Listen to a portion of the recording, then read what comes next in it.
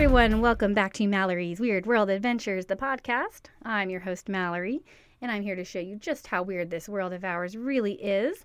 This week, we are celebrating a very special event. Michael and I went to CSICon up in Buffalo, New York, and we're very excited because I got to speak there about skepticism and exploration, and I wanted to, today, for our podcast, share my talk with you. So please, here it is now. Listen and enjoy my talk from CSICon 2026. And if you'd like to see a photo, because I do reference a photo, and you know you can't see it in the podcast. If you'd like to see the photo of Chubby, the African penguin, I have made it the main photo for this episode. So if you visit maloriesadventures.com and search for this podcast, if you search for the key phrase CSICon 2026, or Chasing Shadows is the name of the talk, you will see a lovely picture of a P4, mostly, still an adolescent, but African penguin named Chubby. Thank you guys so much and enjoy the talk. Hi everyone, my name is Malorie Mackey, and I want to start with a confession. I've spent my career chasing things that might not exist. As a journalist specializing in anthropology and an explorer, I track down folklore and document disappearing traditions. I've stood in allegedly haunted forest at midnight. I've interviewed people who swear they've seen creatures science says are impossible. And I've learned something critical. The biggest threat to good exploration isn't the unknown. It's what we want the unknown to be. Today I want to talk about hope. Specifically, how hope can blind us to reality, corrupt our data, and turn good explorers into shadow chasers. I'm going to talk about two very distinct instances where this affects my work in exploration personally. Let's start with penguins, because who doesn't love penguins? This is Chubby. Chubby is a P4 adolescent penguin, meaning he's almost an adult. Chubby became our mascot when I was working with penguins on Robben Island, and his adorable little face more or less encapsulated our desire to want to save a dying species. Let me elaborate. Let me take you to Robben Island, South Africa. You probably know it as the prison where Nelson Mandela was held for 18 years, but it's also home to one of the most important African penguin colonies on Earth, or at least it was. I worked on Robben Island documenting penguin populations, and here's what you need to understand. These birds are in free fall. In 1956, there were over 141,000 breeding pairs in South Africa. Today, fewer than 10,000 penguins remain, less than 1,200 of which remain on Robben Island. The African penguin is listed as endangered, and the trajectory is very clear. We're watching a species go extinct in real time. And gosh, do we want to be wrong about that. When you're out there every day counting nests, monitoring chicks, watching these derpy little birds waddle around what used to be a prison island, now their sanctuary, when you see Chubby's adorable little face as you drive past the Robben Island Leper Cemetery daily, you become invested. You start to notice things. Maybe there are more birds today than yesterday. Maybe that breeding pair looks a little bit healthier. Maybe the chick survival rate is ticking up just slightly. This temptation, and I felt it viscerally, is to see those small fluctuations as the beginning of a trend, to take that one successful breeding season and project it forward, to want the data to tell a comeback story so badly that you start seeing comeback data. But here's the thing. Hope doesn't change the numbers. Random variation is not recovery. And if we let our desire for a happy ending override what the data actually shows, we stop becoming scientists. We start becoming storytellers, spinning fables while the real world marches on without us. The African penguin population is not recovering. It's collapsing. And no amount of wanting it to be different makes it different. And starting to believe something like this, something that untrue, it can also be damaging to the birds in the long run too, if we believe all this false evidence. And this isn't unique to penguins. Look at any allegedly extinct species that captures public imagination, and you will find the same pattern. The thylacine, the Tasmanian tiger, was declared extinct in 1936. Since then, there have been thousands of reported sightings. Thousands. People desperately want this animal to still exist. Every blurry photo, every questionable footprint, every nighttime glimpse becomes evidence. Not because the evidence is strong, but because the desire is overwhelming. Same with the ivory-billed woodpecker in North America, officially extinct since the 1940s, with a supposed rediscovery in 2004 that sparked massive media coverage and conservation funding. Except the evidence? A few seconds, a blurry video, and some ambiguous audio recordings. The scientific community is deeply divided, and here's why. Because we want it to be true, we're willing to accept a lower standard of proof. And I get it, I really do. The idea that we could pull a species back from the brink, that extinction isn't always final, that nature is more resilient than we feared, that's intoxicating. It's hope in its purest form, and I desperately want and hope for a chance for the future of all African penguins out there, all the little chubbies. But hope is not data, and when we treat it like data, we make decisions that could be tragic for the species we're working with, and for ourselves, and for society as a whole. Now, let's move on to the second aspect of where I see this all the time. Let's move from conservation over into anthropology.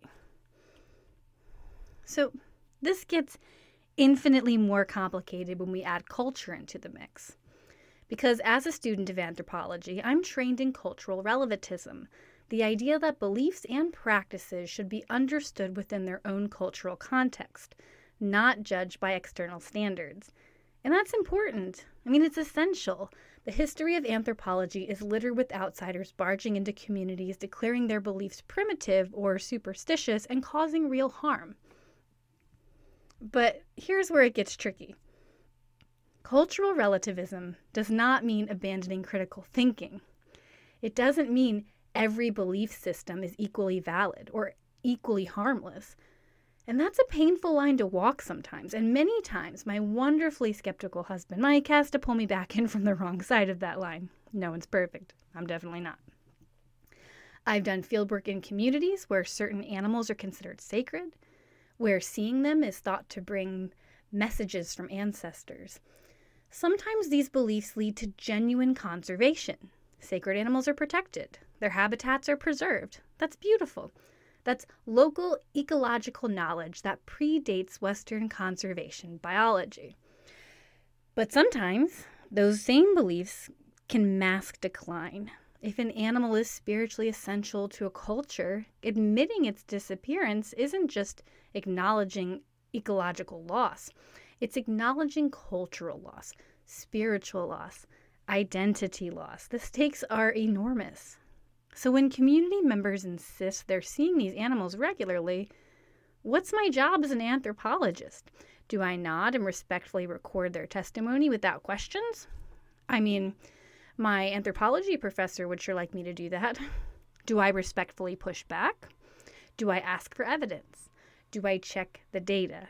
There's no right answer to this, unfortunately, just many, many more questions. Here's a concrete example of where this gets really difficult. I worked in areas where traditional beliefs about wildlife include the idea that certain species can't truly go extinct because they're spiritually protected. The belief provides real psychological comfort. It maintains cultural continuity. It reinforces spiritual worldviews that have sustained communities for generations. It's also just empirically wrong. Species go extinct regardless of how sacred we consider them.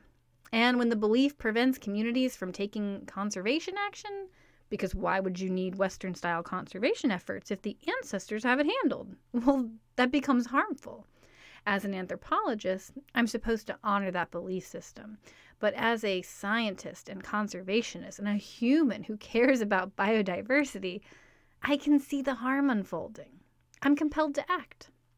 This is the tightrope I walk constantly. How do I respect cultural knowledge while also maintaining the skeptical rigor that might actually save what we're all trying to protect? The answer isn't to barrel in with science and dismiss local knowledge.